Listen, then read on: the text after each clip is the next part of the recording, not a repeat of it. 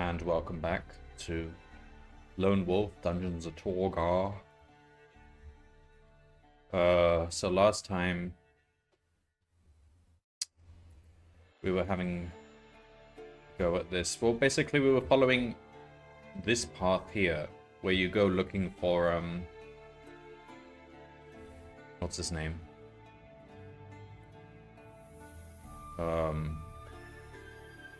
Seb Jarrell. And we found him. It's pretty tough though. There's multiple fights in a row that you have to survive.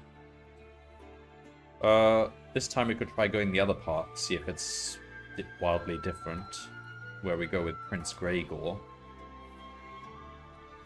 Let's have a look. So we've got...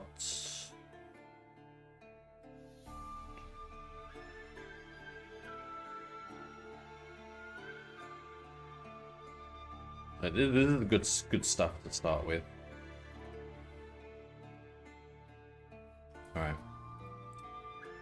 Let's go then. So, I'm not going to read this page because we've been here a million times, but I will read this page because we've never been on this path here. So, we will accompany Prince Gregor to battle at Setsa. Since the first rays of dawnlight brightened the eastern sky, the streets of Luomi echoed to the shouts of sergeants and the crunch of booted feet. The regiments of Lencia and Eru are taking their places in the column of march, and by mid-morning this column, 6,500 strong, is ready to leave for battle. Company by company, through the city's east gate, they depart, tramping the dusty roads that leads to Setsa. When the time comes for you to join them, you take your place with Prince Gregor's escort and fall in line behind the armored knights of the palace guard.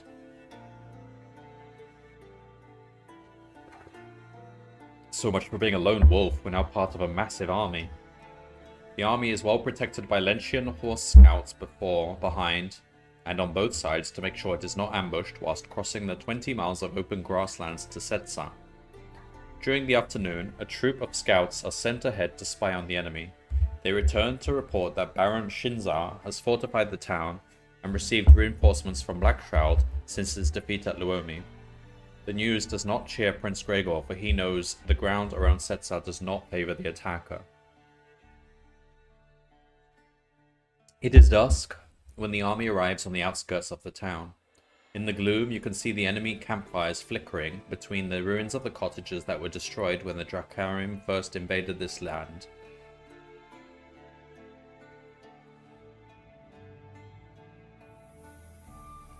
Occasionally their gruff voices can be heard on the chill evening wind as they shout orders and call the names of slaves and attendants. After a whole tiring day's marching, and with night drawing close, the order goes round that there will be no battle offensive this evening. Aww.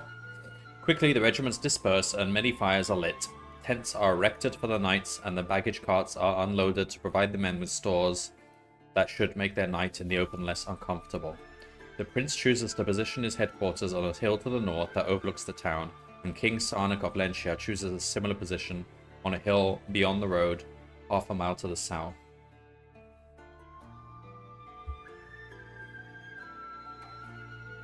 Shortly after the tents are constructed, a message arrives from King Sarnak's headquarters, inviting the prince to join him and draw up plans for tomorrow's battle. The prince accepts the invitation and says that you may accompany him if you wish.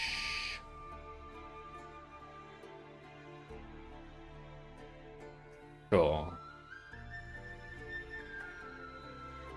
In the company of a dozen bodyguards and court heralds, you follow the prince as he makes his way on foot to King Sarnak's camp. It is his usual practice to inspect his soldiers on the eve of battle to see for himself that all is well and to raise their spirits with a few words of praise and encouragement. He is heartened to discover their morale is already high and that they are all confident that he will lead them to victory. At length you arrive at the Lentian headquarters.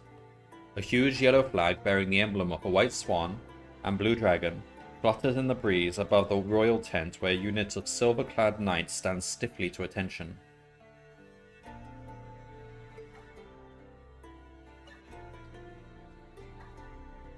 A trumpet announces your arrival, and the knights escort you inside to meet the king. After formal greetings have been exchanged, the grey-haired king begins to discuss the impending battle. The prince has brought with him a detailed map of the town, and as the two leaders formulate their plans, it is used to mark the places where their regiments will assemble and attack the enemy.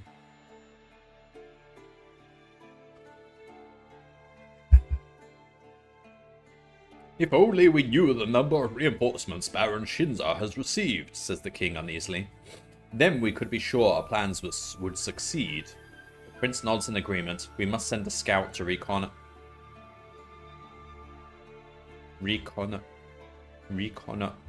How the heck do you pronounce that? I gotta look this up. Reconnoiter. Reconnoiter. Reconnoiter. Oh yeah, I have heard that word before. I just never seen it written down. Reconnoiter. Their defenses. Or hundreds of our soldiers could lose their lives needlessly in the assault. The king looks in your direction, then returns his eyes to the prince.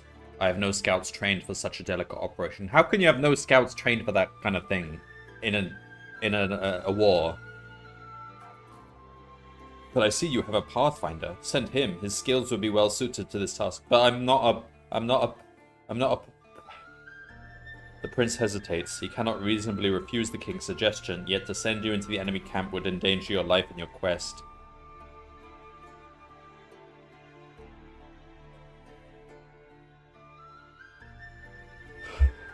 I mean, I'm good at scouting, sure. Excellent, says King Sarnik. I wish I had a few like you in my own army. He bids you step forward and shows you the extent of the known enemy positions using Prince Gregor's map. Once you have been briefed, he sends for some black clothing for you to wear instead of your grey Pathfinder's uniform and some burnt cork with which to blacken your face and hands. I'm sorry, blacken my face and hands? Why? Are the enemy dark-skinned? That's not gonna work. Oh god.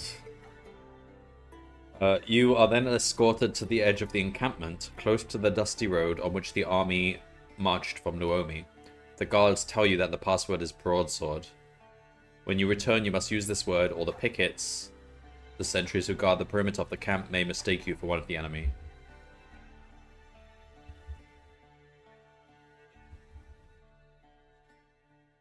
Alright. The ground to the west of Setsa is flat and featureless and offers very little cover to conceal your approach.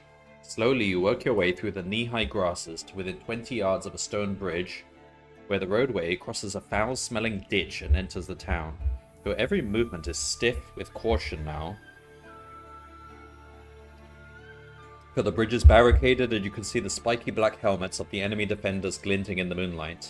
Snake-like, you wriggle forwards, slide down into the ditch, and take shelter beneath the stone bridge. With one cheek pressed against the wet stone, you strain your ears to hear what the enemy are saying. You recognize their harsh, ugly language. It is Jak, but it is being spoken by human voices. The only humans to speak it so fluently are the Death Knights, the elite of the Drakirim. Okay. Wait, our enemy are... Oh no, this is Jak. These are Jaks, okay. Suddenly there is a loud splash that sends your pulse racing. Spear has fallen close to where you are hiding, and its shaft stands upright in the muddy water.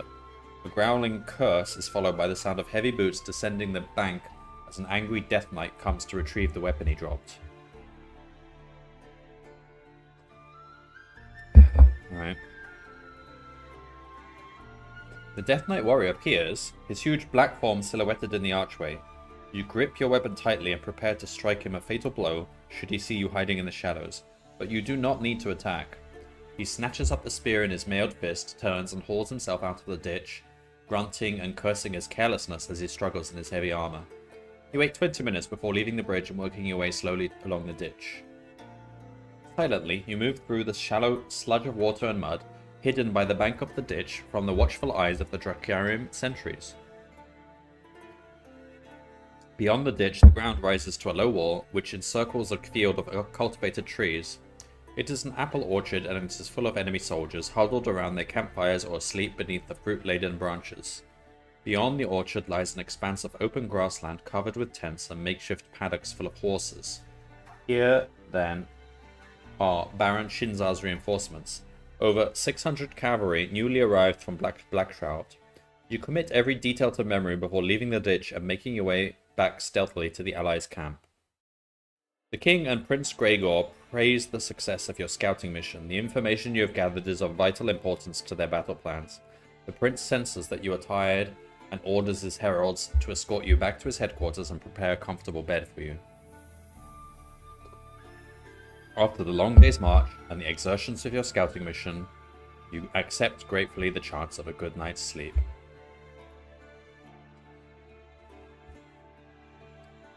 At the break of dawn, the soldiers of Lensha and Eru rouse themselves and adopt their positions for the fight. You gather your equipment and join the prince at the top of the hill on which he has established his command post. He is observing the enemy line through a telescope and dictating orders to his heralds, who commit his words to a parchment and dispatch them to his regiments in the field. We outnumber the enemy 2 to 1, but they are well positioned to receive our attack, comments the prince, handing you his telescope so that you can scan their lines. The town of Setsa is little more than a handful of ruined cottages clustered on a flat-topped hill. To the north lies a wood and a small hill on which a ruined temple stands. To the south lies an orchard surrounded by a low wall, and further on, open grassland bisected by a ditch that runs the whole length of the battlefield. The road from Luomi crosses the ditch at a stone bridge which is barricaded and heavily defended. The enemy have also been busy to the north. A mass of pointed stakes form a barrier between the two hills to impede any attempt by cavalry to break through the center, and all along this defensive line are row upon row of Drakarim archers. An unnatural calm descends on the field, as though time momentarily stands still. Suddenly, the quiet is shattered by a fanfare of trumpets from King Sarnik's camp. It is the signal to advance. Alright, we've got a pretty detailed map here. So we are to the south.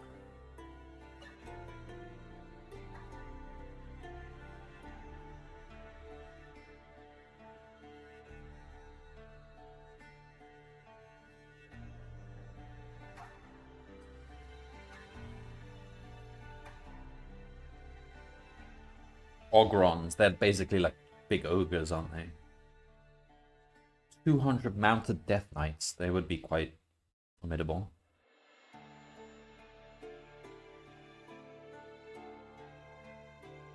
Got some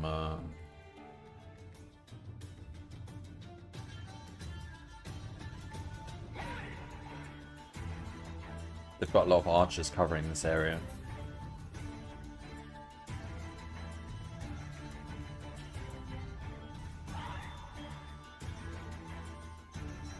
The foot knights of Lensha are the first to go forward, their densely packed columns marching in perfect order towards the bridge at the center of the enemy line.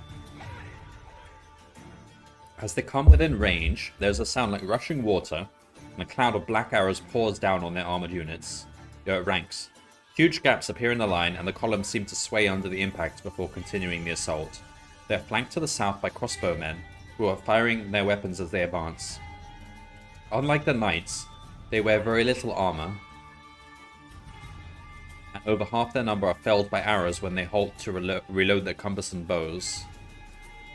The survivors retreat, taking cover among the massed ranks of Lenshian spearmen who are advancing towards the orchard. Prince Gregor signals to his pikemen and men-at-arms to support the Lenshian knights who are engaged in a bitter hand-to-hand fight at the stone bridge. They are within 100 yards of the bridge when a crackling ray of electric fire sweeps down from the ruins of the temple. It rips through their packed ranks with devastating effect, blasting the pikemen high into the air.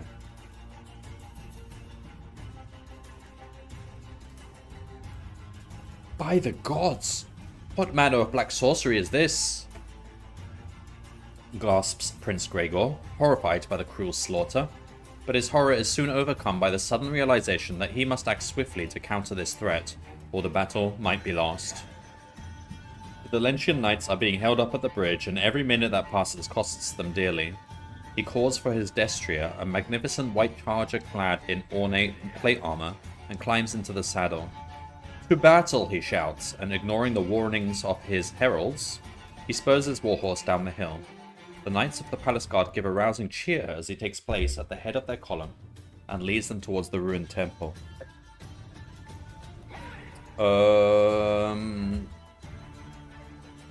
don't want to join the battle, I just want to watch. What much can I do? I'm not trained as a cavalry. Majestically, the palace guard advance across the field of battle, their lances raised like the spines of a steel porcupine, their scarlet and yellow pennons streaming behind them in the wind. The enemy shower them with a rain of arrows, yet the Eruans seemingly ignore these deadly shafts and continue undeterred. It is not until they reach the ditch that the constant bowfire begins to abrade their ranks. However, it does little to slow their pace as the prince gives the order to charge. The knights level their lances as they reach the bottom of the hill. Above them, a regiment of Drakarim, pikemen, brace themselves to receive the attack, and a blaze of lightning hurtles down from the temple wall. You wince as it streaks down the hill, but miraculously it misses its intended target and explodes near the ditch, hurling nothing but scorched mud and the body of those already slain into the sky. The prince's battle cry rings out and his knights slam into the Drakarim to break like a wave against their wall of pikes. The prince and a small group of his stoutest guardsmen break through and gallop on towards the temple, whilst the remaining knights engage in fierce hand-to-hand combat. The prince and his group reach the temple and you see them dismount and enter the ruins. Such bravery stirs your admiration, for they know the deadly danger that lurks there, yet they confront it unflinchingly. So is there like some mage in there? Dark monk. On the hill, we're not really doing much, are we? We're just watching. The Drakarim are beginning to falter. They are no match for the palace guard, the cream of the Eruan army. As their casualties escalate, their line crumbles and suddenly they turn to flee in disarray towards the town. An explosion rumbles across the field and a billowing cloud of black smoke rises from the temple. Your stomach churns and you fear the worst as smoke and debris pour from the ruins like an erupting volcano. Then, as quickly as it began, the eruption subsides and the smoke clears to reveal a triumphant Prince Gregor clutching the Eruan flag and exhorting his troops to victory. The palace guard have captured the hill, and the sorcery that threatened to destroy them has been smashed. But from where you stand you can see a new threat fast approaching the prince and his men, a threat that could kill them all.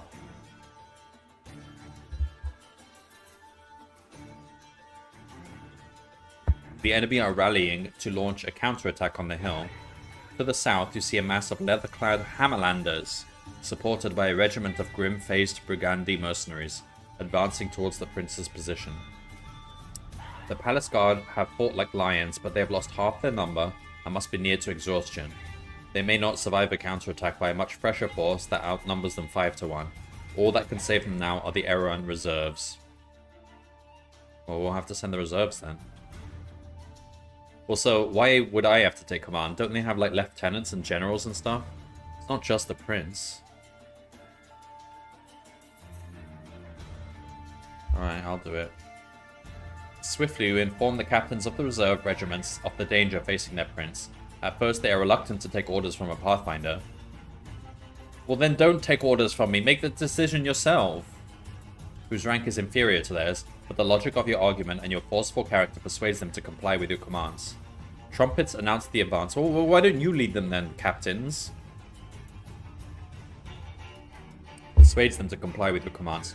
Trumpets announce the advance and you set off across the body-strewn battlefield with a force 900 strong. It's quite big. Pikemen lead the column with archers close behind, and bringing up the rear are a levy of militia, many of whom lived in Setsa before the Drakarim invaded. Their morale is high for this is their chance to recover their homes and their land. Tensely you watch as the enemy attack. The palace guard link shields, but as the Hammerlanders slam into their line, they buckle and waver beneath the crushing onslaught. As your force crosses the ditch, you pray that the prince and his men have strength enough to hold for just a few minutes more. Hello Stormy. Gotta get to sleep real soon, but figured I'd drop in since it's been a bit. Yeah, I haven't been online for a while. Still in book 10. Well, I've had one attempt at this before. There are like 2 different paths you can follow from page 1, and last time I was just following the other path over and over again, which goes through a forest where I get killed over and over again by various battles. This path I'm trying now, we're fighting in a literal war. We're not really doing anything, we're just kind of standing back and watching as the war rages.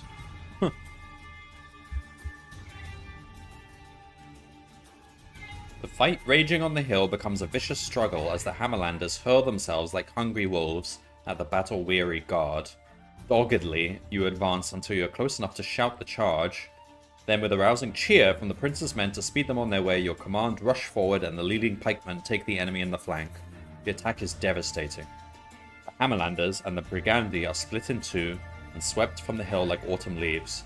The pikemen halt, and you order the archers forward to fire into the retreating enemy.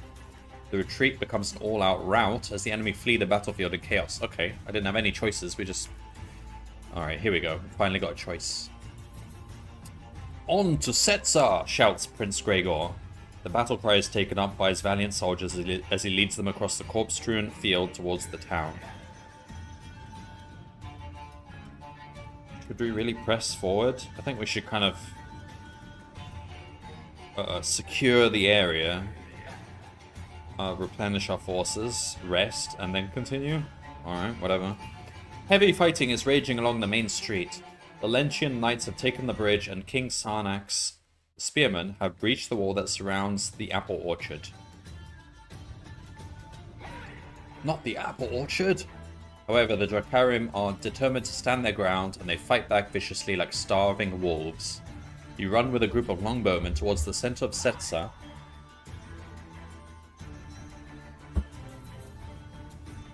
and find yourself approaching a barn-like building which overlooks the bridge. Standing at a window on its upper floor is a Drakarim sniper with an arrow notched, ready to fire. Patiently, he watches you weaving through the smoky ruins until you present a clear target. He releases his straining bowstring and sends an arrow whistling towards your heart. I'm guessing 0 to 2 is just a heart kill. Heart shot. Oh, but we can add 3. Because of Hunt Mastery, so we're not going to get that. Instinct saves you from sudden death. You twist aside to avoid the speeding shaft and it grazes your shoulder. But your enemy is now determined that you should die, and hastily he reloads his bow. Let's use our bow. With the legendary grace and speed of a Kai Master in battle, you draw an arrow and send it whistling towards the sniper's head. He utters a gurgling scream as he topples from the first floor window. Your arrow stuck in his throat. Well, that was a good shot. We did that on the back of the horse. Should we check his body? Abruptly, you pull the dead Drakkar onto his stomach and cut open his pack. In his pack and on his body, you discover the following items. Alright, take another quiver and the arrows and a blanket. What do you even need a blanket for? Keeping warm at night? Putting out fires? Hiding from bogeymen.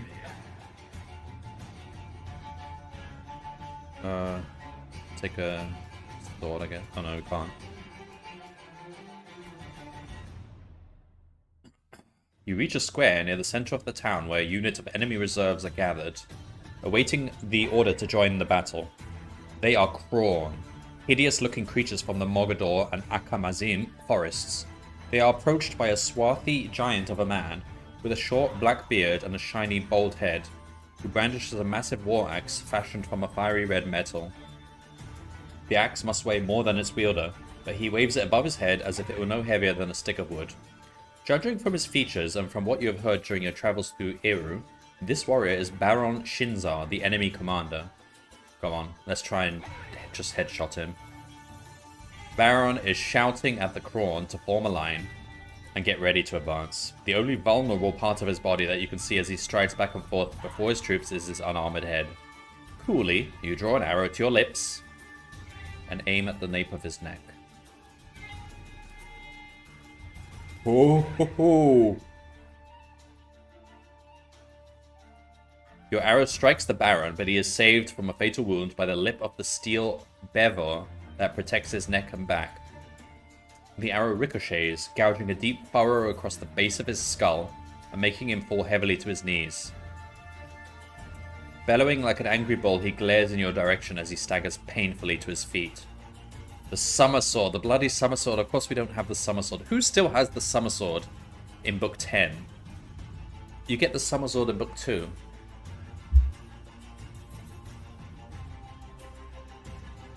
Baron Shinzar snarls an order and the Kraun pack moves towards you. They are not as tall as their leader, but almost twice as broad, with arms like branches of a twisted tree that hang down below their knees. Awkwardly, they shuffle on short bow legs, their gnarled skin shiny like knotted leather.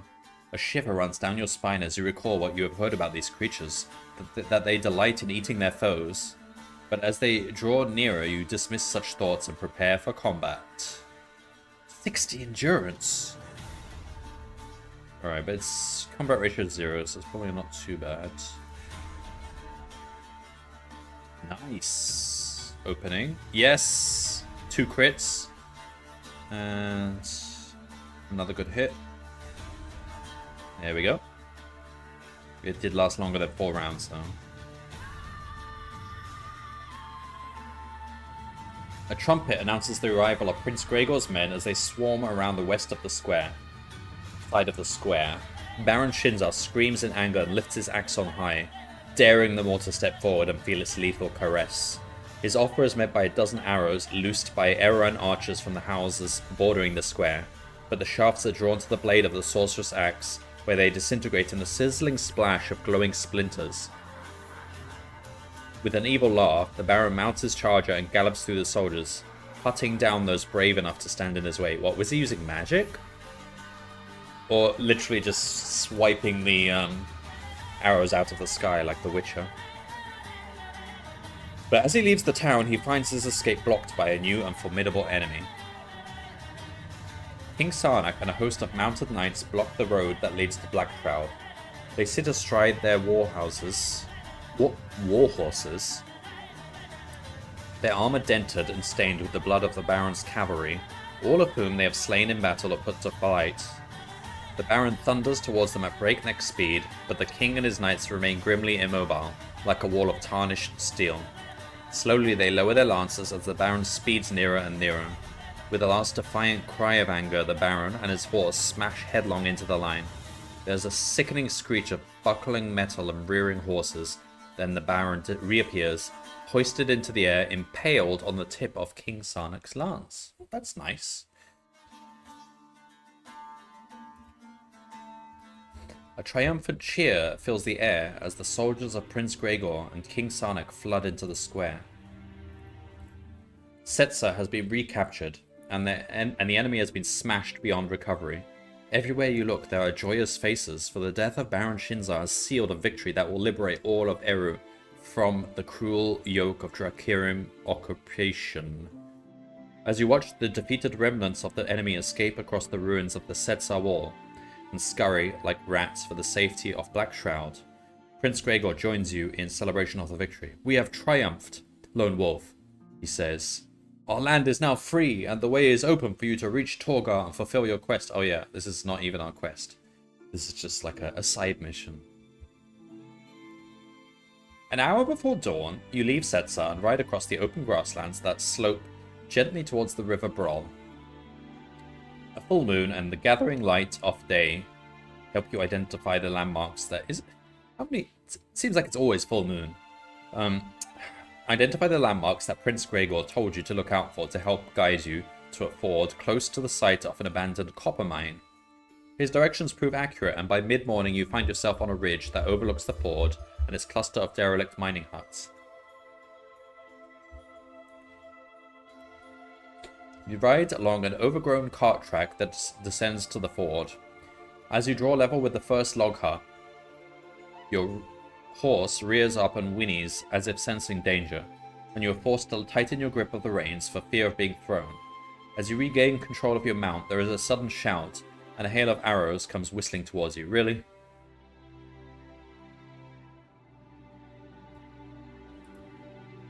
A black shafted arrow gouges a furrow of skin from your forearm and knocks you backwards out of the saddle. Your horse panics and gallops away, disappearing over the brow of the ridge as you stagger to your feet. Then, with a harsh yell, your ambushers pour out of the log hut. They are eager to finish you before you can offer any resistance. 3 of them are armed with bows, which they reload as they advance towards you. How much health do we have? 18. We wade across the ford. They're going to shoot us pretty easily, aren't they? It doesn't look good for us in any of these parts. Probably should use the bow. You draw an arrow and take aim at an archer just as he raises his bow to fire at you. Your shaft beats his. It buries itself in his chest and sends him spinning to the ground. Quickly you note that of the 5 men advancing towards you, 2 are armed with bows. Fire again. With devastating speed and accuracy, you draw your arrows and fire them deep into the hearts of the 2 enemy archers. Both men stagger and crumple to the ground, but your bowmanship does little to deter their comrades. With a fearsome yell, the 3 remaining warriors brandish their swords and axes and come thundering towards you. There is no time to evade their attack, you must fight them to the death. Well, it's ratio 3, that's not too bad. Oof, that was a bad hit though.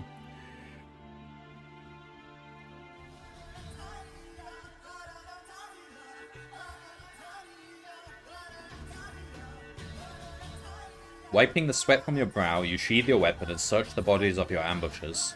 All of them are clad in black helmets and scarlet, chainmail hauberks. Each has an assortment of weapons and equipment strapped to his muscular body. You recognize the distinctive armor which identifies them as Zaganozod. Zaganozod, a motley unit of Drakarim cavalry which patrols the Black Shroud Trail. This company must have fled here on foot after the Drakarim defeated Setsa, for you can find no sign of their horses. Bloody hell, look how many quivers they have. Why not just take them all? Sure, why not?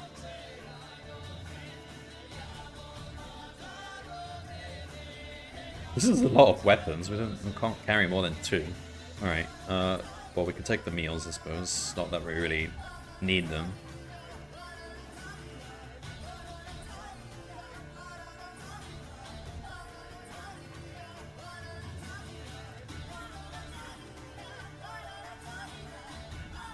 The ground rises steeply, and it is dusk before your climb ends at the crest of a ridge overlooking the grasslands of northern Eru. In less than an hour, it will be dark, so you decide to camp here on the ridge and continue at first light. Okay. You are settling down on a mattress of leaf mold when the howl of a timber wolf prompts you to abandon your soft bed and spend the night in the bough of a tree. I mean, a lone wolf, like myself, it's not a huge danger, is it? It's when they're in packs, that's when they're dangerous. Your journey northwards through the Mogador forest is a long and tiring trek that is fraught with danger. Roving bands of Kraun and packs of savage timber wolves demand that you remain vigilant at all times, and as you venture deeper into their vast domain, you feel your sense of time gradually slipping away. Your only consolation on this long and lonely trek is that wild game is plentiful and you experience no shortage of food. On the morning of your 9th day in the forest, you notice that the grey pines are beginning to thin out and the ground is becoming dusty and sparsely vegetated. Soon, you come upon a road constructed of broken stones which leaves the forest and disappears into a barren landscape of yellow sulfurous soil.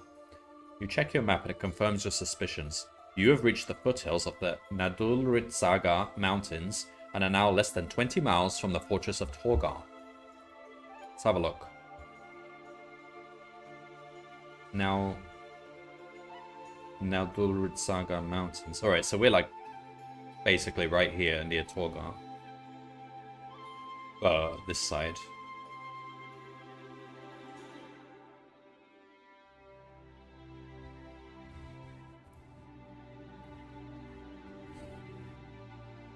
After a week of trekking across difficult terrain, the firm surface of the hill track feels as smooth as a mirror beneath your aching feet. By noon, you have put 10 miles behind you, and you have reached a bridge which crosses a sickly yellow stream flowing down from the surrounding hills. Yellow? Okay. You're about to continue your journey across the bridge. Oh, it's sulfur, isn't it? When you hear a rumble of hoofbeats and see a group of horsemen shrouded in dust riding along the road towards you. Or been here before. So we've converged here. Alright, hide beneath the bridge. Swiftly... Oh yeah, okay, we've read these pages before. So then we end up... Oh, interesting. So we end up here. So I wonder, is it better to take this path that we've taken? You end up with a lot of quivers, but you don't really need them, do you? We actually didn't have that much combat.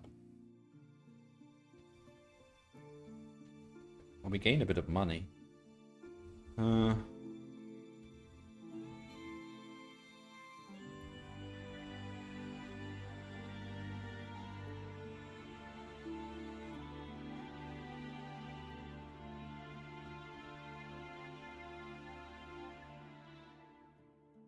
Alright, so we come across this camp, and I think we basically just tell them the truth, don't we? We tell them that we are looking for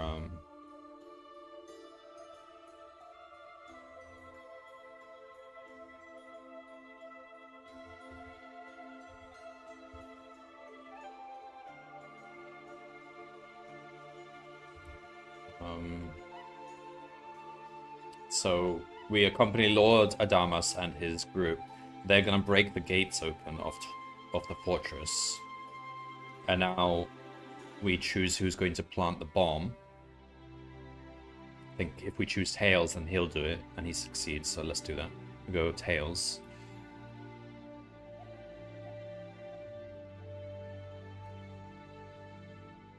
And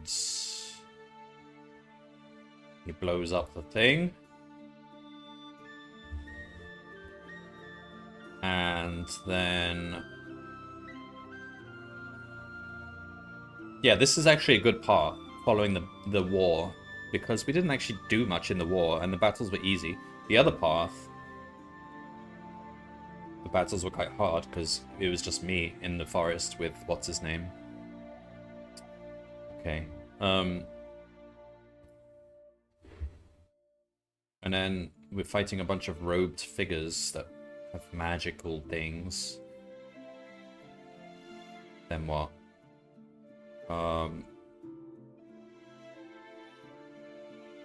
And then, oh damn, then we have to fight. Okay, we're reasonably healthy. This is probably where I died last time. -3. Ooh, a little bit tough. 22 health. Let's just take a hit and see what happens. Ooh, that's bad. Alright, we'll have to use the potion.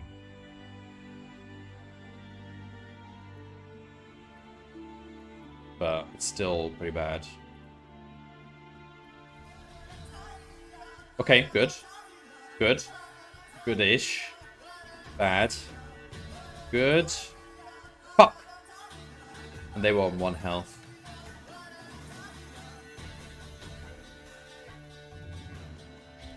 Should have just used the potion to begin with. Alright, I mean, that wasn't a bad path, to be fair.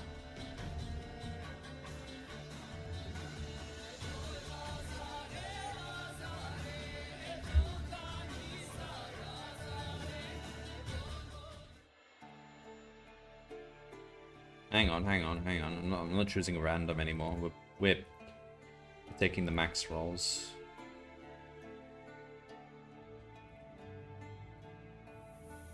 Damn it. Okay.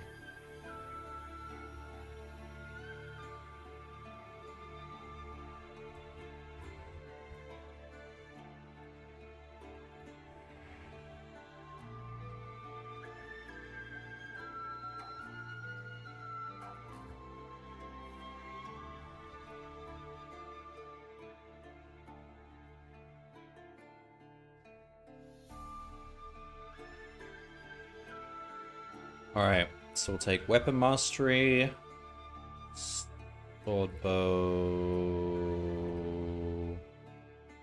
Axe, I guess.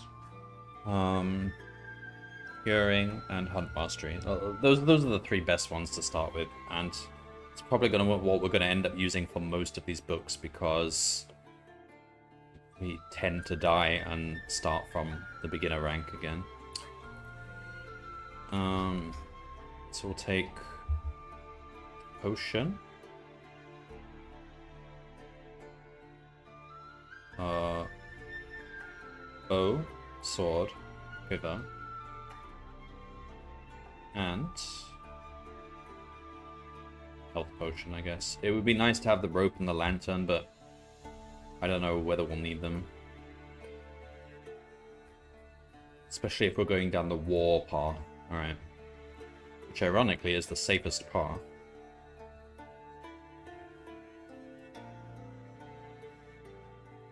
Alright, so we go with Prince.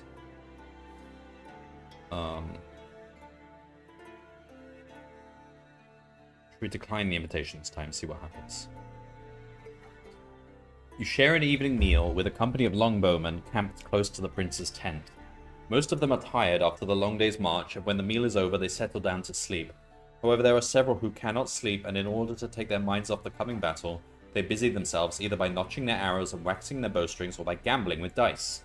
2 archers from Humboldt invite you to join their game. Sure, let's play dice. Let's put some dice music on.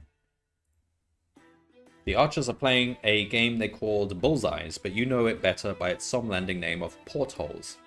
2 diamond-shaped dice, each with 10 sides, numbered 0 to 9, are thrown by each player in turn. So that's kind of the same dice used for this game, essentially. Well, this book, except you don't really use dice, you use this weird random number generation table. But it'd be better if they had, if you just used a 10-sided die. The numbers which appear face-up are added together, and the one with the greatest score wins. If anyone throws 2 noughts, however, they shout out "Bullseyes!" and win automatically. Each player must stake 3 gold per throw of the dice, and this money is bet before the dice are rolled. Oh, so there's no real decision process. You literally just bet on the outcome of the dice rolls. Sure. We lost. We win. Lost. Lost. Win. Should we just keep going until, like, we're either rich or broke? Rich or broke? We're broke. Wonderful. On your return to Prince Gregor's tent, you are shown to your sleeping area by one of his heralds. It is little more than a pile of straw strewn on the bare ground. But you have slept in worse places than this, and you are now too exhausted to complain or look for somewhere more suitable to rest. Unless you possess a blanket, lose 1 endurance point. A bed of straw, a pile of straw is not that bad to sleep on. Alright, then we got this.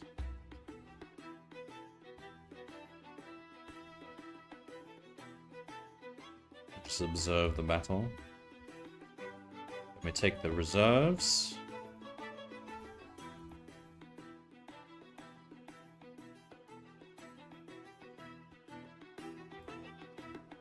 Take the blanket? Well, we could have used the blanket earlier, but whatever.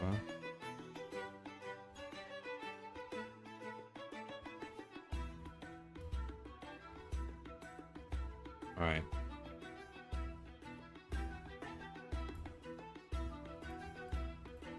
Well, they've got a lot of health, that's the problem.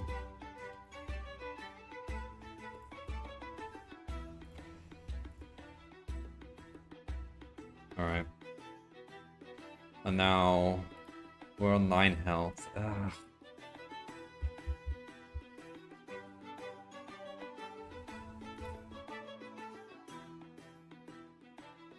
Alright, if we shoot them, then we still have to fight them. We'll have to use a healing potion.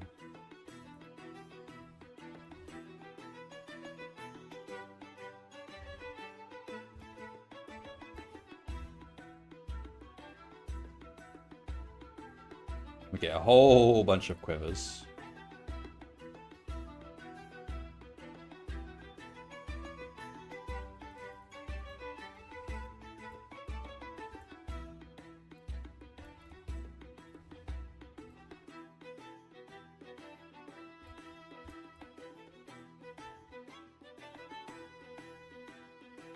And then we go to the gate.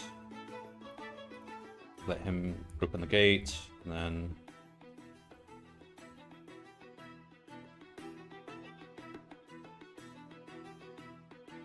lose a bunch of endurance. Oh, fuck. And then we have to fight this. And this was quite tough. Well, we've got 23 health this time. Bit better.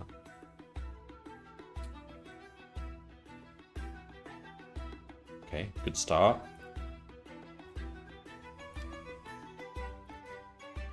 Come on.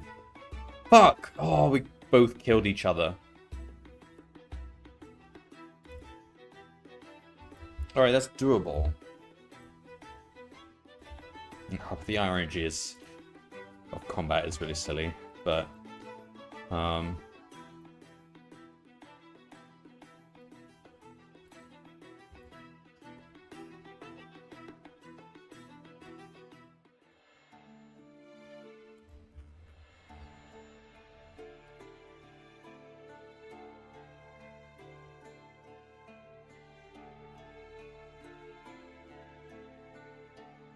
alright, so we'll take the sword. Hang on.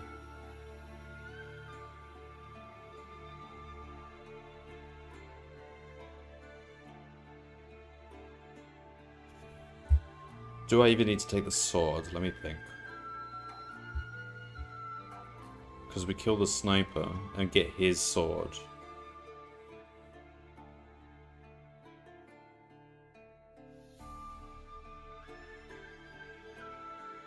I'm not sure. No, we'll take the sword this time, but I'll keep an eye out.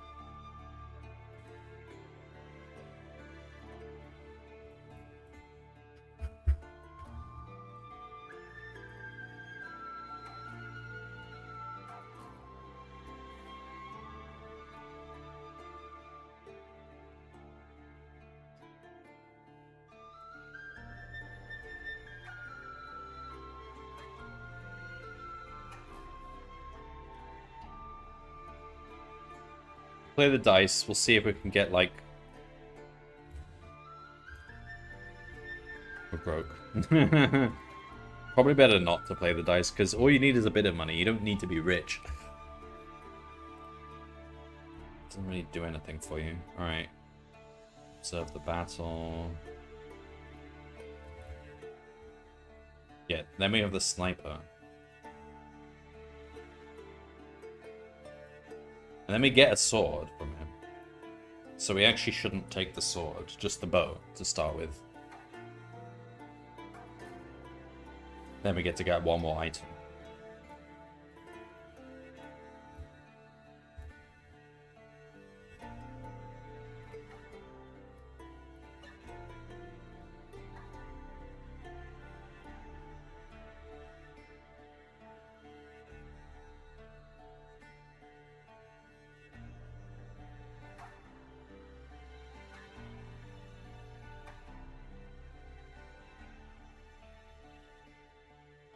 Oh, you need Hunt Mastery and Animal Control for this?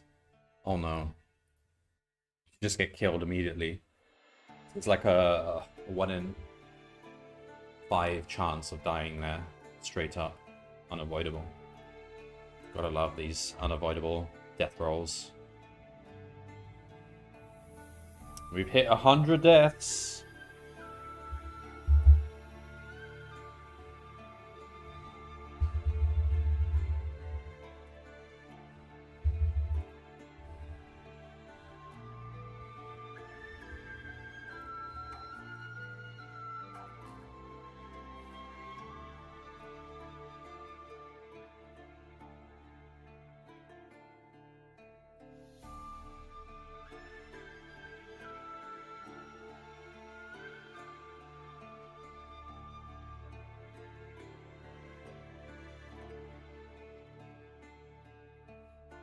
Okay, so this time we just take the bow, the quiver, 2 potions, and either the rope or the lantern.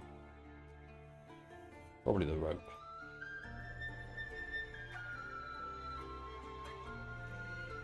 Alright, so go with Prince. Decline. Don't bother with the dice. Wonder what happens if we join the cavalry advance. We'll try that. As the palace guard advanced majestically, their serried ranks of steel slowly changed formation in preparation for the prince's order to charge. Heavy lances rise like the spines of a steel porcupine, and their scarlet and yellow pennons unfurl to the wind. A wave of arrows comes flying towards you, sent by the Dracarim standing behind their fence of stakes, but the range is long, and the black shafts rattle harmlessly off everyone, armor, and shields. The first rank of horsemen reach the ditch to find the earth soft and waterlogged. The ruined temple lies 300 yards ahead, and before it a line of Dracarim pikemen stand grimly silent on the slope of the hill. A war horn blares its signal, and suddenly all hell breaks loose. Arrows pour down on all sides, from the enemy archers to the right and from the archers, previously unseen, lurking in the woods to the left. Many shafts find their way through the sides of helmets and between plates of polished armor. Still, the prince commands his men onwards, and they force their horses across the ditch, braving the savage hail of death. You survive the arrows and steer your horse through the cloying mud, but you are knocked from the saddle by a riderless steed maddened by the pain of its wounds.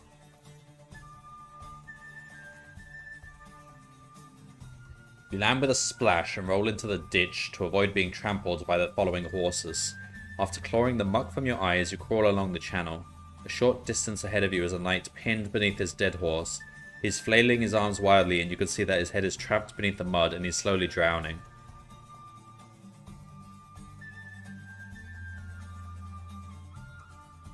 Sorry, this is a friendly knight?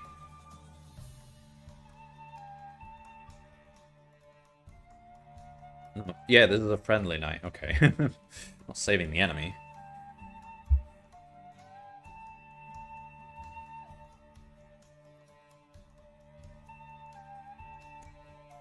Once you have managed to grab hold of his arms, you heave him out from beneath his dead mount and prise open the visor of his helmet. He coughs and retches the mud from his mouth and lies back against the back of the ditch. "I owe you my life, Pathfinder," he gasps. "Another minute and I'd be done for." You turn to leave, but he grabs you by the wrist and presses a medal into your hand. "I won this at the Battle of Luomi," he says with pride. "I want you to have it with my eternal thanks." Sure. Another cloud of arrows falls from the sky, and you dive to the bottom of the ditch to avoid being hit. When you feel it is safe to raise your head, you discover that the knight is no longer with you. He is chasing after the prince and his fellow knights as they gallop up the hill towards the Dracarim pikemen. Where's my horse? It should be here. Casting your eye across the body-strewn terrain, you soon realize that all the riderless horses are now either dead or have fled the field in panic. Left with no alternative, you scramble out of the mud and set off after the prince on foot. -6? Fuck.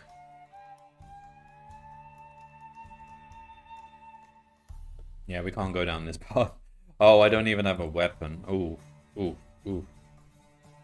So if I had a weapon, it would be like -1. No, it would be... +1. So it would be fine if we had a weapon. Prince Gregor's voice rings out above the din of battle as he orders the palace guard to charge the pikemen. The ground shakes beneath the pounding of the horses' hooves as they gather speed, their pennons streaming from their leveled lances. The Dracarim huddle shoulder to shoulder and nervously dig the butts of their pikes into the hillside to steady their shaky hands. The knights reach the hill. They thunder up the slope.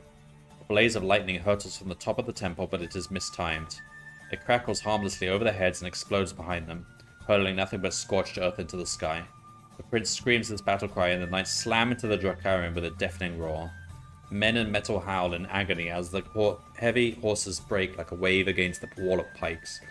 You see a rider lifted out of his saddle on the point of a pike, and a ramp of black metal suddenly appears where a score of Dracarim have been trampled into the ground. The prince and a dozen of his bravest knights break through and gallop on towards the temple, but the Dracarim quickly close ranks and seal the gap. The remaining palace guard are forced to a halt and engage the pikemen in fierce hand-to-hand combat. You reach the hill and leap over the steel-clad bodies that litter the slope. As you near the melee, you see two Dracarim rushing towards you from the side, their axes raised to hack you down. For Shamaland! You cry and turn to face their attack. Well, we're dead. Could have used a potion, but... Alright, we need a weapon for that fight.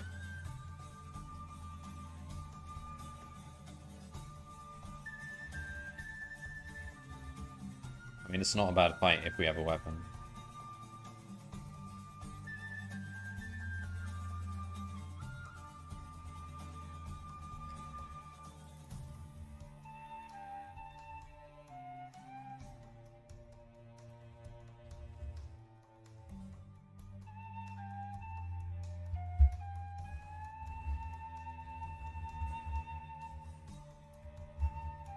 Alright, we'll take a weapon this time. Sword, bow, quiver, potion, and potion.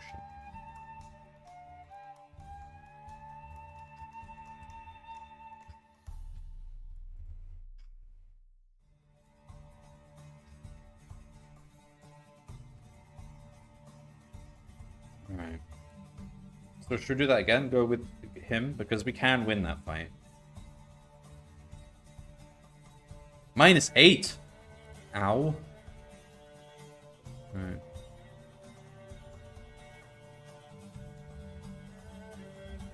Alright, now we should be able to beat them. But we're a bit injured though. Okay, nice. Nice, there we go. The Palace Guards succeed in closing their ranks and fending off the frenzied attacks of the desperate Dracarim. Their gallantry and battle skill is a stirring sight as they fight their way determinedly towards the crest of the hill. Faced by such noble warriors, the Dracarim begin to falter and fall back in disarray towards the town. As you near the top of the hill, you catch sight of Prince Gregor. He is locked in mortal combat with a silver-clad warrior inside the ruins of the temple. Strewn around them are the dead bodies of the palace guardsmen who, with the prince, broke through the Dracarim pikemen during their charge upon the hill. The prince is trying to prevent the warrior from retrieving a rod of iron that lies on the ground between them. This rod crackles with a blue-white fire that shimmers along its length. The warrior stoops to snatch up the shimmering rod, but the prince leaps forward and kicks it from his grasp. His action costs him dearly, for when his foot touches the stave, a blast of searing flame scorches his leg and hurls him backwards to the ground. You rush forward and block the warrior's attempt to scurry after his weapon. Cursing vilely, he snatches a dagger from his belt and launches himself at your throat. Alright,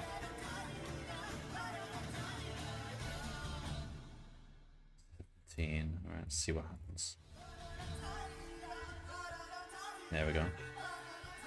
The Zeron utters a gurgling, blood-soaked death cry and crumples at your feet. Tongues of flame ignite and quickly consume his corpse beneath a pall of oily black smoke. Suddenly an explosion shakes the ground as the iron stave disintegrates into a million glowing shards. You rush to the injured prince, heave him across your shoulder and flee the temple as the flames and choking black fumes begin to spread. Once you are a safe distance from the ruins, you lower the prince gently to the ground and watch as the guttering flames gradually ebb and fade.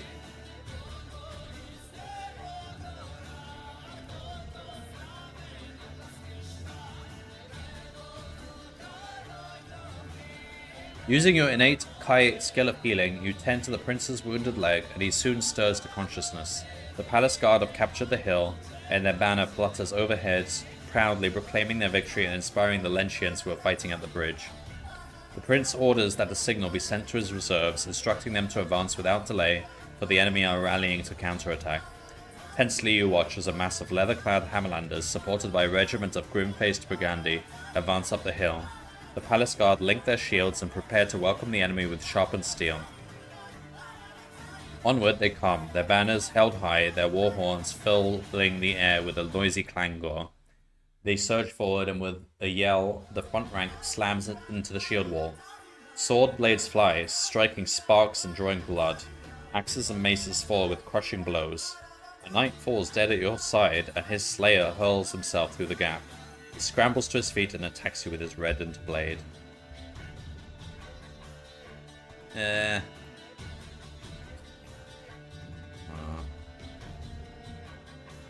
Nice. Nice. Okay. There's been a lot of fights, but we're managing. 4 men die before the shield wall knits together and the lost ground is regained. The Hammerlanders reel back and the Briganti surge forward, but they, too, cannot break through the palace guard. The trumpet sounds in the distance, and the prince's men cheer when they see their reserves streaming up the hill to support them. 200 Erran pikemen press forward behind their bristling steel and take the enemy in the flank. The attack is devastating. The enemy are split asunder and swept from the slope. The pikemen halt, and through their ranks, a wave of archers moves forward to fire at the backs of the retreating foe. Retreat turns to rout as the Hammerlanders and Briganti flee the field in chaos. On to Setsa! Right, we've been here before, haven't we?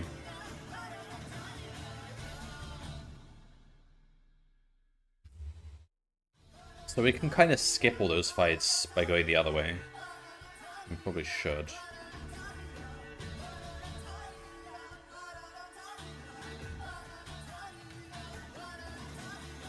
We're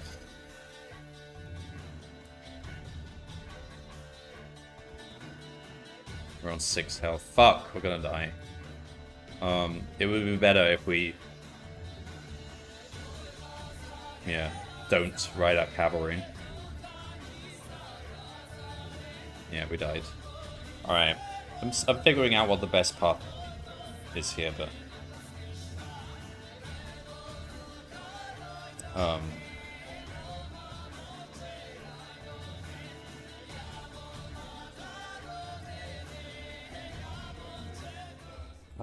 okay.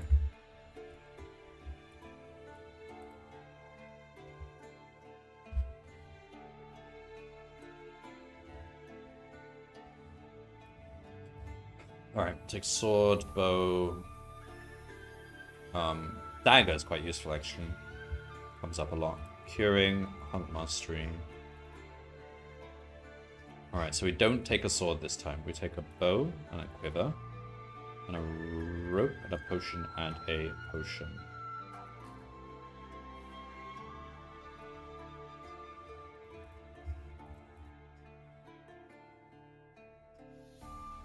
Alright, so we go with Prince. We decline, we go to the tent, we go here, here. Don't mount the horse.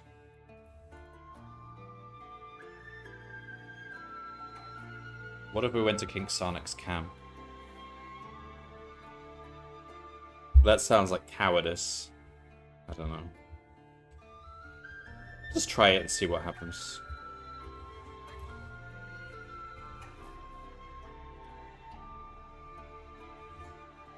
You mount your horse and set off towards King Sarnak's headquarters at a gallop. On your ride, you pass the survivors of the regiment who were blasted at the bridge. Deeply shocked, they stand in groups or cower on the ground like frightened animals. The horror on their faces and the sound of their whimpering sickens your heart. As you cross the road and climb towards the king's tent, a Lentian cavalry officer comes riding down the hill towards you. He seems to recognize you and calls for you to stop. Alright.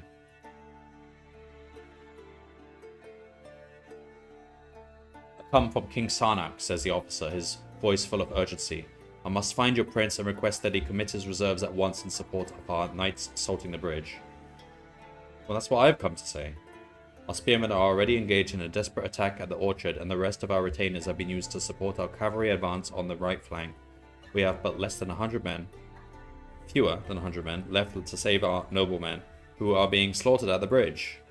You tell the officer where the prince and his palace guard are fighting, of their victory and of the desperate situation they now face. I understand, says the officer sadly. I cannot expect the prince to allow his reserves to be used when he needs them so urgently himself.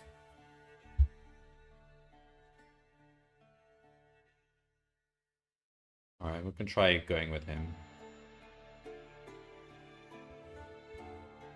Oh my god, -8. Both you and the Lentian officer, whose name is Captain Prague, ride back and forth, rallying the few soldiers left to support the hard-pressed knights locked in battle at the bridge. A motley company of crossbowmen, halberdiers, wounded men-at-arms, wagon drivers, cooks, heralds, and the battle-shocked pikemen are finally assembled, and they march forward with their shields raised and their weapons poised. Even the cooks? On your left, the Prince's reserves respond to a signal from the hill and advance to support their leader. On your right, massed ranks of Lentian spearmen are locked in pitched combat the length of the orchard wall. As you near the bridge, you encounter the bodies of those slain by the crackling rays of electric fire. The sight of their torched forms, weapons fused in their lifeless hands, sends a wave of shock through your company. "Forward, men!" shouts Captain Prague. "Raise your eyes and advance." The bridge looms out of the battle smoke ahead, and your men surge towards the macabre struggle taking place. The bodies of the dead lie 6 deep, covering the whole area of the approach and filling the ditch on either side. War cries roar with harsh anger, and the air is alive, and the clangor of striking steel and the howl of violent death. "Charge!" you shout, and the company pours across the bridge. Reinforced by fresh troops, the knights finally break through the barricade and into the streets beyond. The struggle grows ever more intense as the Dracarim defenders throw themselves into the fray with total disregard for their lives. One such defender, an elite Dracarim Death Knight, hacks his way through the leading pikemen and slays your horse with one terrible blow of his two-handed axe. As you fall, he draws back his weapon, its razor-sharp blade trailing scarlet spray, and prepares to strike at your neck. We're gonna die. No. Alright, well don't go down that path then.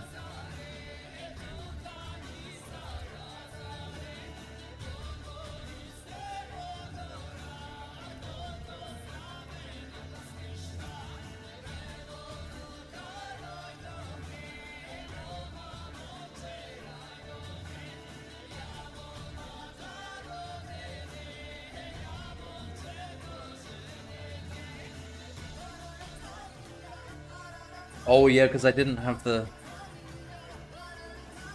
weapon. Maybe we should try that part, because it'll be like -1 instead of -1 instead of -8. Stormy, heading to bed. But first, how many books are there? 29, and we're on book 10, so we're like a third of the way through, and they're getting harder. These books are taking me hours now of restarts.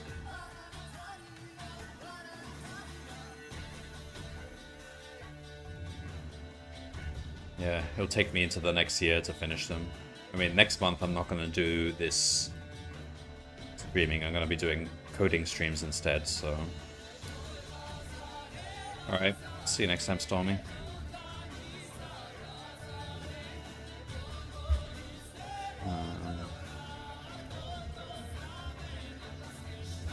Alright, we'll take... Alright, we'll try that again, but instead we'll take a weapon. Because that fight is actually doable.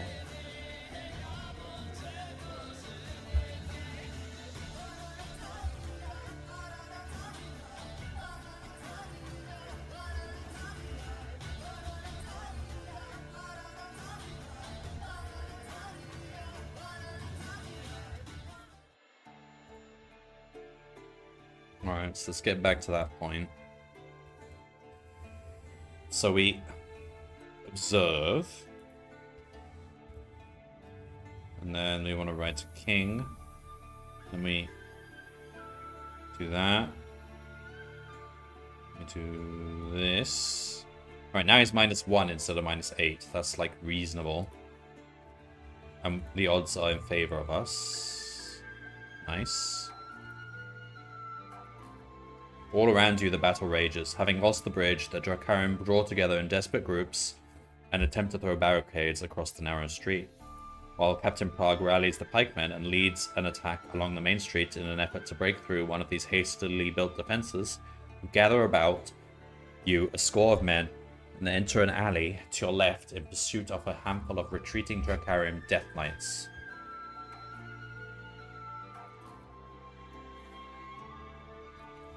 On the other side of the alley is a line of burnt-out cottages. Their soot-blackened walls are mostly intact, although their roofs have long been open to the sky. Fleeing Dracarim and beginning to outdistance your men, and you fear they will get away, when suddenly they halt and turn to face you. At that instant, a mass of leather-clad Hammerlanders emerge from the cottages, rending the air with their howling battle cries. They strike your men from every side, catching them like helpless fish in a barrel. God. They're gonna kill us. I want to escape. An narrow pathway branches away from the main alley, and you rush along it, barging aside a Hammerlander who appears suddenly from a doorway. The screams of your company and the clash of swords echo in the narrow confines of the passage as you make your escape swiftly towards the center of the town. The passage opens onto a wider street where a barn-like building stands at the corner. Crouching at a window on the upper floor is a Drakarium archer with an arrow notch ready. Oh, it's this guy. Okay. Alright, so now we know where this path leads, and it's... we know a quicker way to get here. See, and this would give us a dagger as well. Or a sword.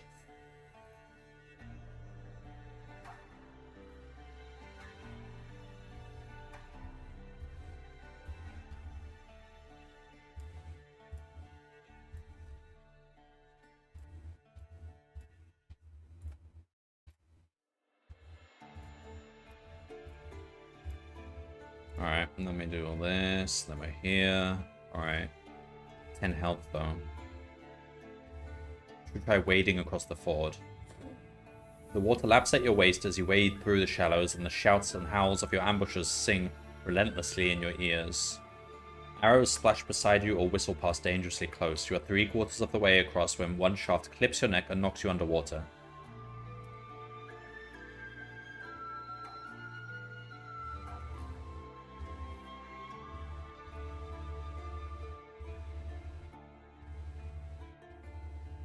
Zero is 10, so generally you want low, but not 0. Alright. And then we're here.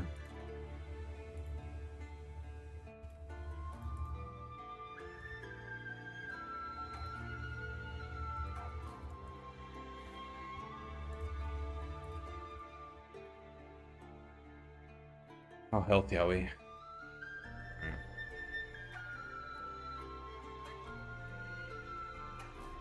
-3.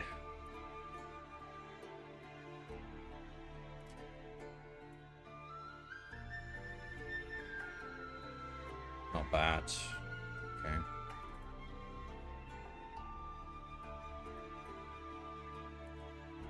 Okay. The surviving... Have we been here before?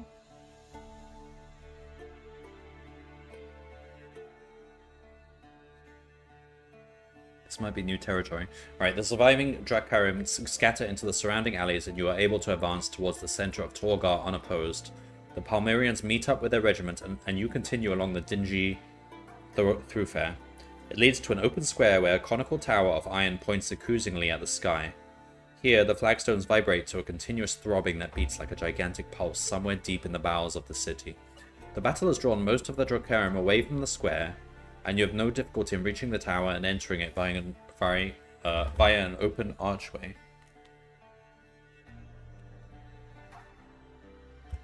A corridor of steel lies beyond, empty save for the constant din that assails your ears. Countless passages lead off from the main corridor, all sloping downwards, and many occupied by Drakarium warriors. The passages are poorly lit, and it is easy to avoid your enemies until you reach a vast stairway bathed in a bright orange glow that radiates from a level below. You are about to descend when a shadow looms into view and a Drakarium officer appears at the foot of the stairs. Instantly, you press yourself to the wall and use all your Kai skills to mask your presence. He strides up the stairs, passing within a few feet of you, but miraculously he fails to notice you and continues without stopping. After wiping the sweat from your brow, you continue down the stairs.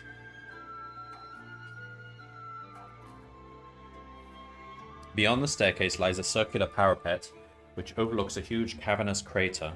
It is filled with thousands of human slaves toiling with pick and shovel deep in the sulphurous heart of Torgar. Their bodies are filthy and covered with sweat despite a freezing wind, which howls in the depths like a hungry wolf.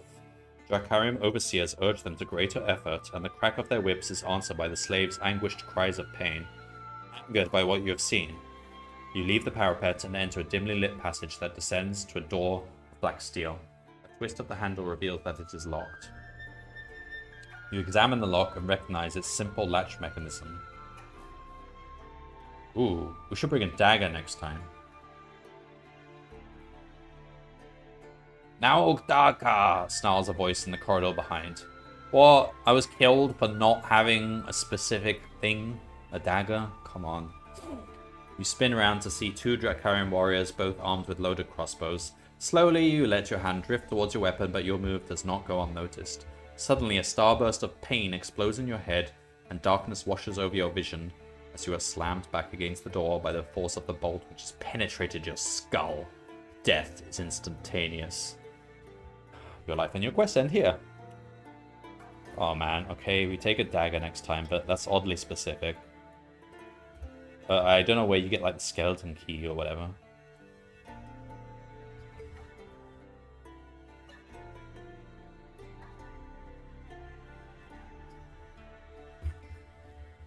Alright, so definitely take dagger skill.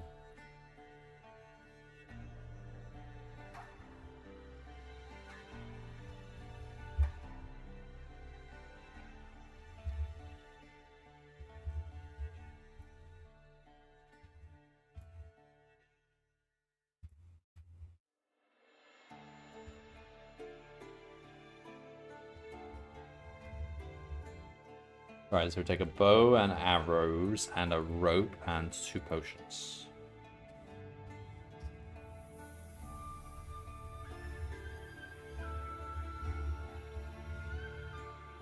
We go with the prince. Do that. Do that. Do that.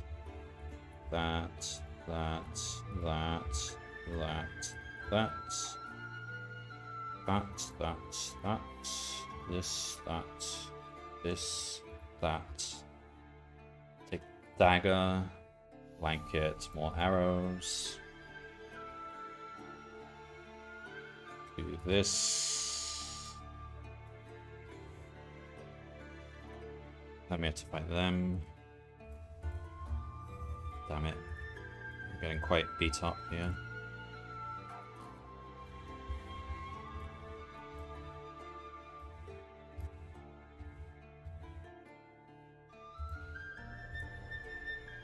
Um, 18 health. Alright, so we can't die by swimming, so we'll just do that. We lost a lot of health there, but that's fine.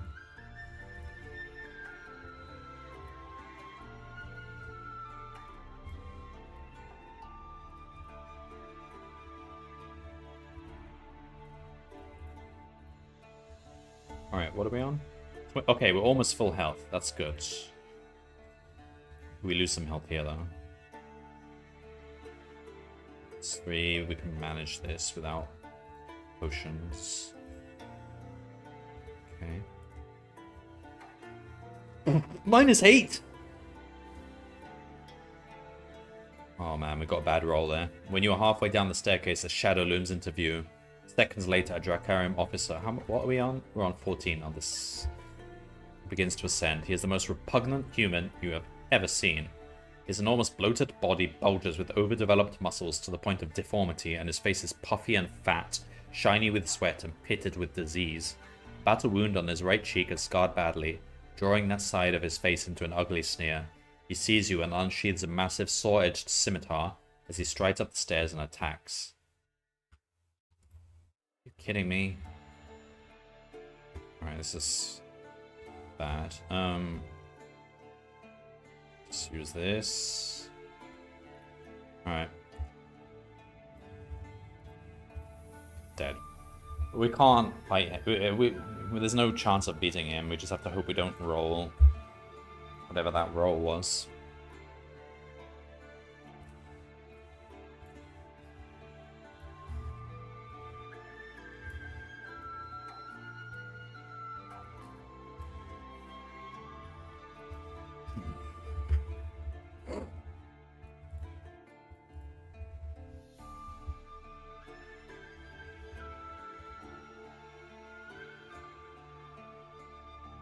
Alright, so we take bow, arrows, rope, potion.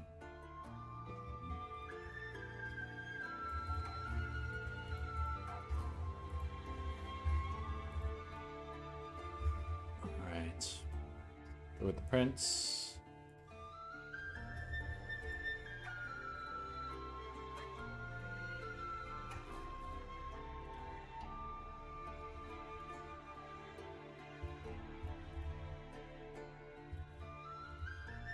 Alright, take the dagger.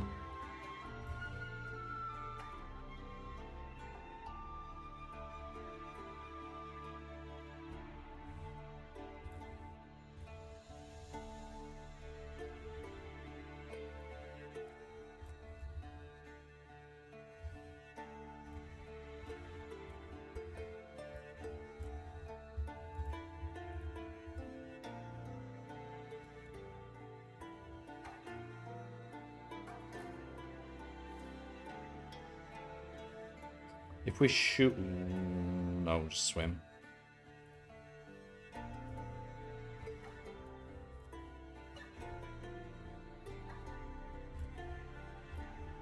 We should end up at full health for these battles then.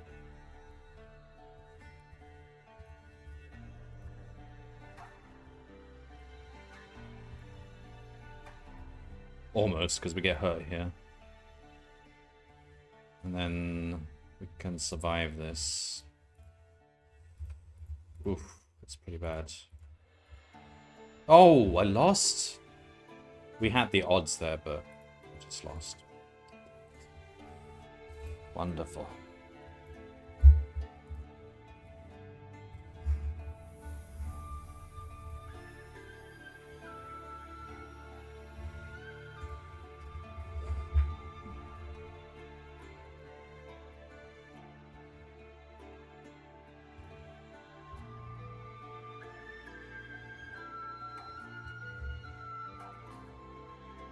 Imagine not taking curing. How stupid would that be? Alright.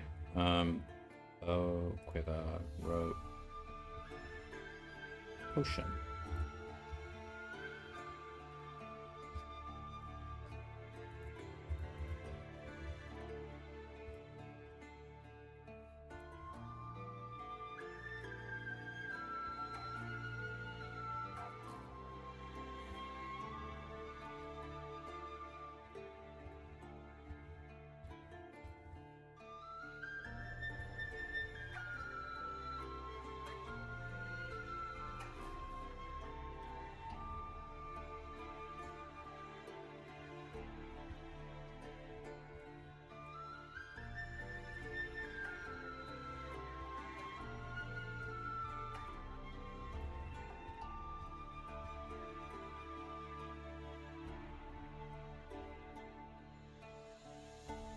Oh, we got the 1 in 5 chance of just dying.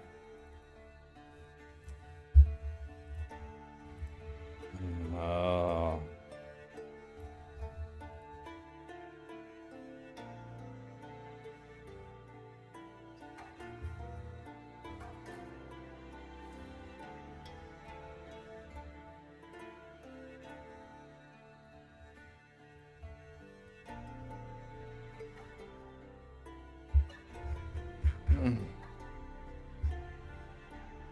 Alright. Bow. Quiver. Rope. Potion.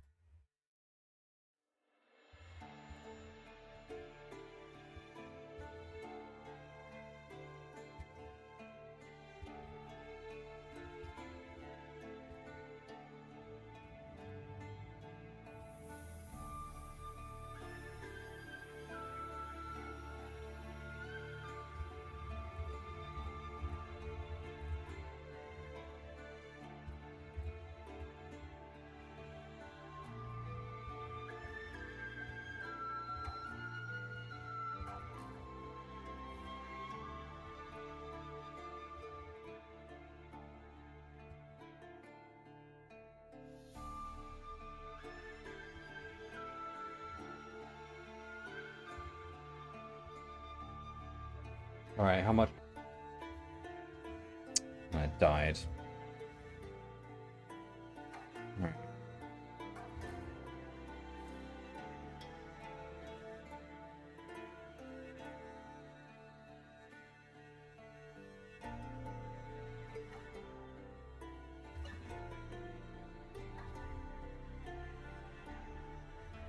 We're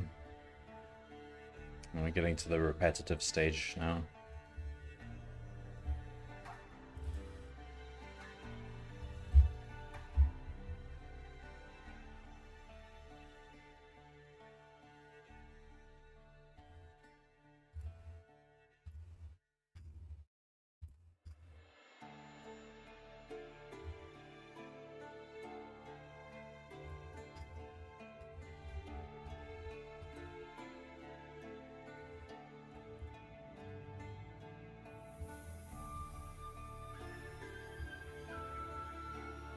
Curing, pump off 3. Alright, let's go. Alright, bow. Without rope. Potion. Potion.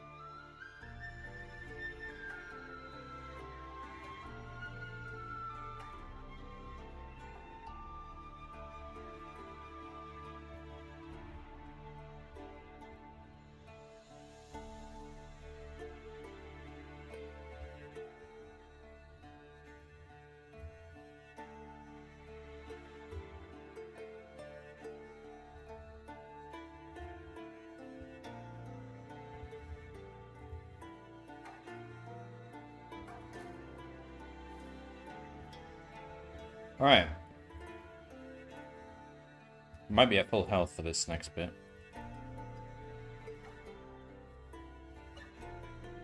Before I continue, 30, yeah, we're at full health, so should be able to beat this one.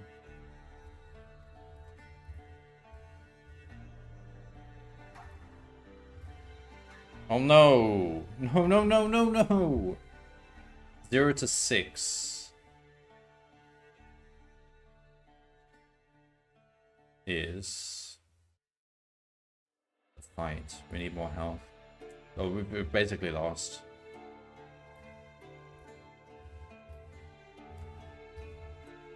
-8. Bollocks, right? Change that to -6.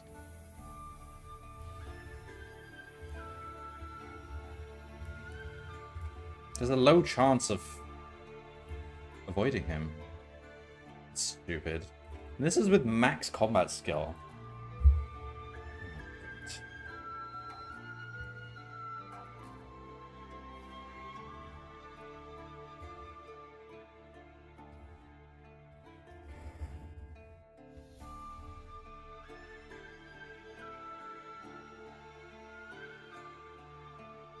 Since we're getting the same stuff every time, maybe I should just make a save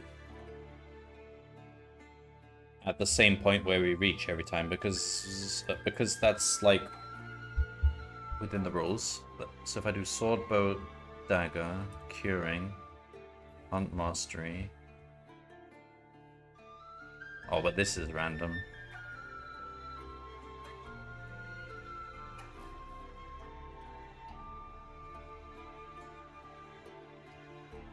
Alright, so we choose our stuff first. So let's say bow with a rope, potion, potion. And then before I choose the money, just make a save here so that we don't have to do all that again. Alright. That saves some time.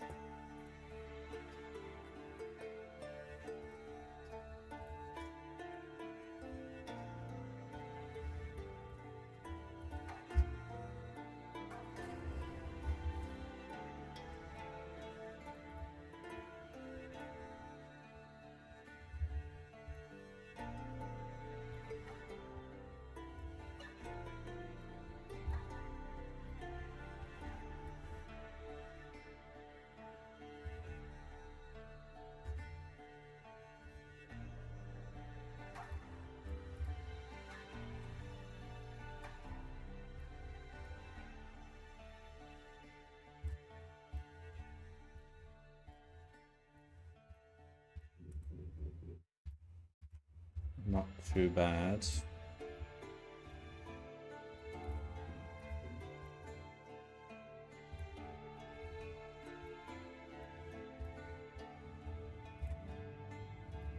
Who are those horsemen? Anyway, maybe I should meet them.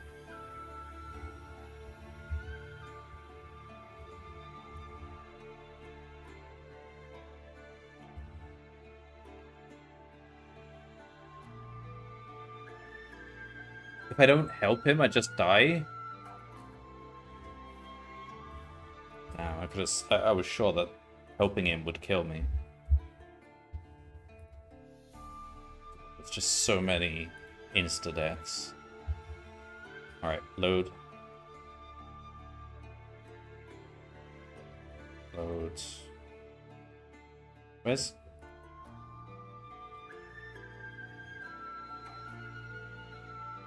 Go.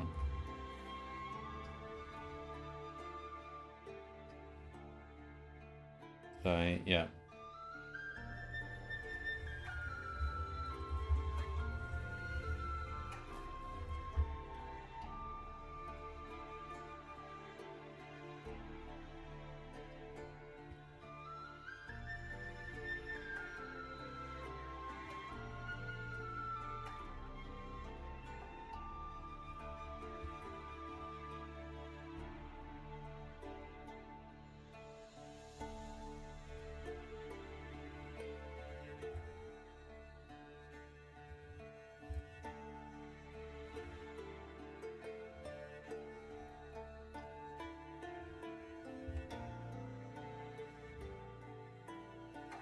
Damn.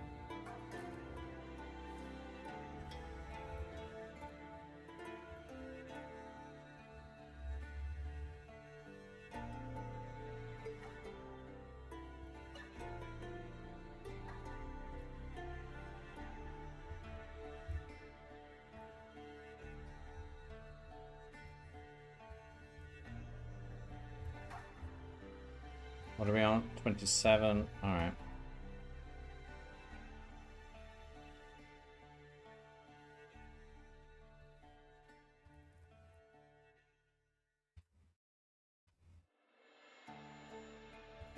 Yes, we bypassed that guy.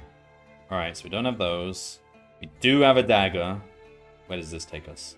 It takes several minutes to pick the lock using your dagger, and in doing so, you snap the tip off and ruin the blade.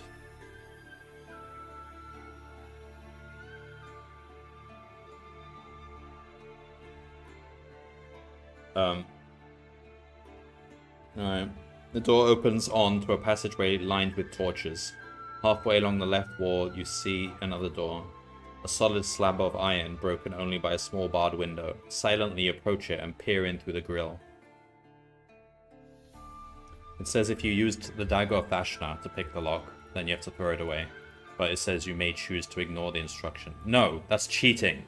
The tip, the story says the tip breaks, so you have to throw it away. Don't cheat. Right.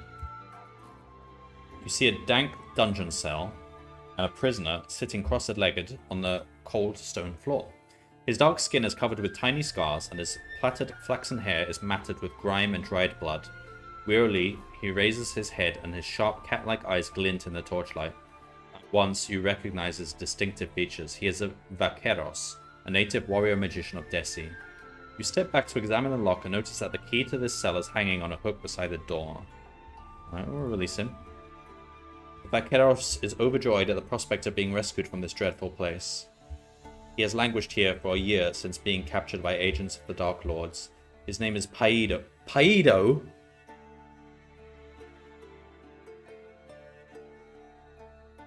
And although you tell him that you are an Eruan Pathfinder, he recognizes your accent and your strong soul-lending features. You may wear Eruan cloth, but you are not a native of that land, he says, suspecting that you've been sent to trick him. But we know Paido. What do you mean? You know, we know him. I'm sorry, what? So there was one book where you're with Paido. There's no avoiding it. That you spend the whole book with him. He's your partner. Why does he not know us? Is this just a writing error? What? We know Paido. So you are Lone Wolf, he says, bowing respectfully. I am honored to meet you, though I would have wished for happier circumstances. I think I know why you have come to Torgar. Is it not to take the golden gems which Dark Lord Knarg sent here? Yes, you reply. They are the law stones of my ancestors, and I vowed to retrieve them. I must fulfill my vow, for it is vital to the future safety of both our lands that Knarg be prevented from destroying them. He knows this. He helped us get one of the law stones before. This makes no sense. Slowly, a smile spreads across Paido's face. I will help you, Lone Wolf, he says, his warrior pride restored by the thought of avenging his cruel imprisonment. I know where these law stones are being held, and I will take you there. Alright, we're actually quite healthy as well. We still got the potions. Stealthily, you follow Paido through the dungeons of Torgar, using the shadows to avoid being seen. Ragged columns of slaves stumble along the passages, dragging their tortured, half-starved bodies to and from the work pits. They are beaten, cursed, and whipped relentlessly by their Jakaram guards, who seem to delight in their suffering. You emerge from a corridor into the shadows of a circular chamber where a staircase ascends to a pair of huge, triangular iron doors guarded by a squad of Drakarim Death Knights. A tingling sensation electrifies your skin as your senses detect the presence of the Lawstone somewhere behind these doors. Suddenly, an alarm bell fills the chamber with a deafening clangor. The Death Knights begin to descend the stairs, and your stomach churns with the fear that you have been detected. The plate-armored warriors reach the bottom of the stairs and begin running in your direction as fast as their heavy equipment will allow. Their ox-like leader urges them on with the words, Gaz Dag, Gaz Agar Kuzim Okim Der Tagog. And maybe they haven't seen us. We'll stay still. The Death Knights tramp past your hiding place and hurry out of the chamber. Paido breathes a sigh of relief as the sound of their heavy footfalls is quickly lost in the noise of the alarm bell. But only when you are sure you are alone do you leave your hiding place and approach the triangular doors.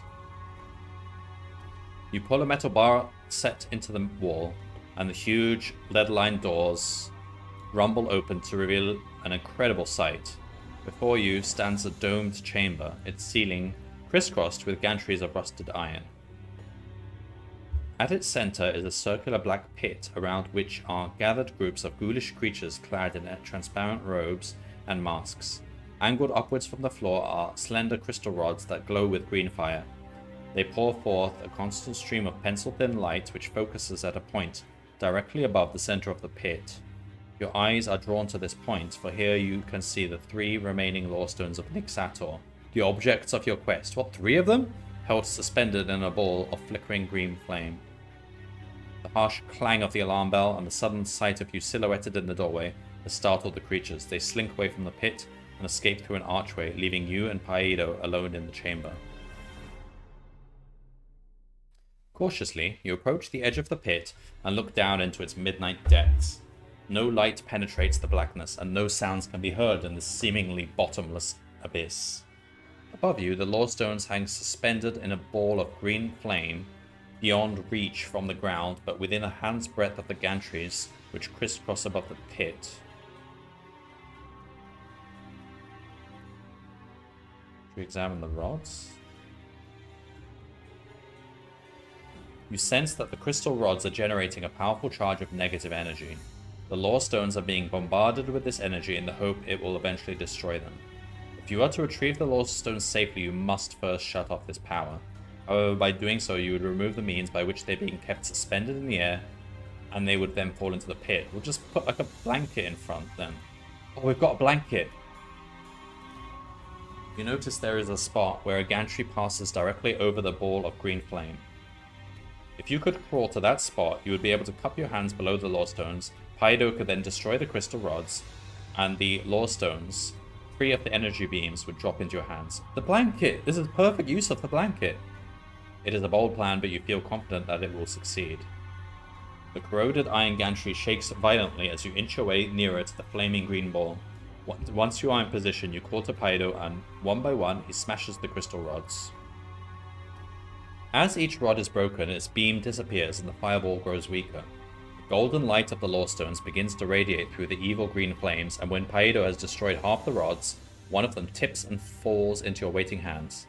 Immediately, a wave of energy courses through your body, filling you with renewed strength and sharpening your thoughts and perceptions. You shout encouragement to your companion, and he raises his head to reply, but his words are drowned by a harsh and terrible voice. "Vengeance is mine, Lone Wolf," booms the thunderous voice.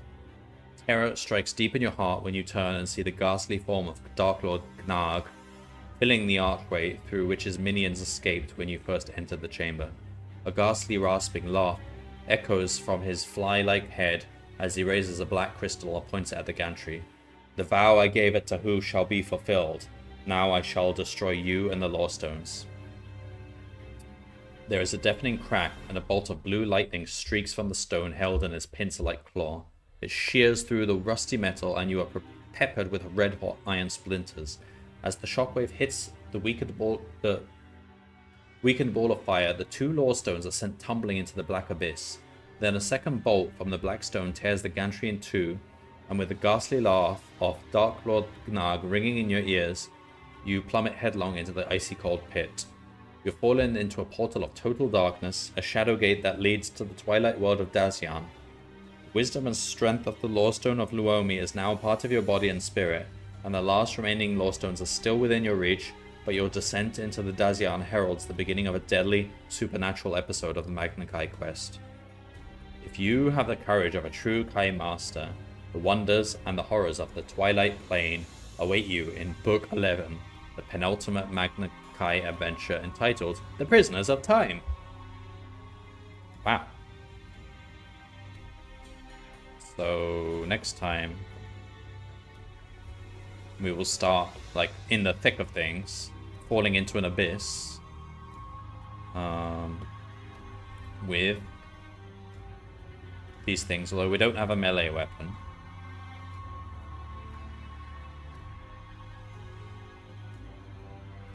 But otherwise, we've got decent stats and stuff. We've got a rope. It'll be useful when falling into an abyss. We've got some good potions. We've managed to keep them the whole way through. Pretty good. Blanket. And 2 quivers. Alright. Not bad. We're quite healthy. Did we not start at full health? Yeah, we did. Okay. Alright. Alright, next time.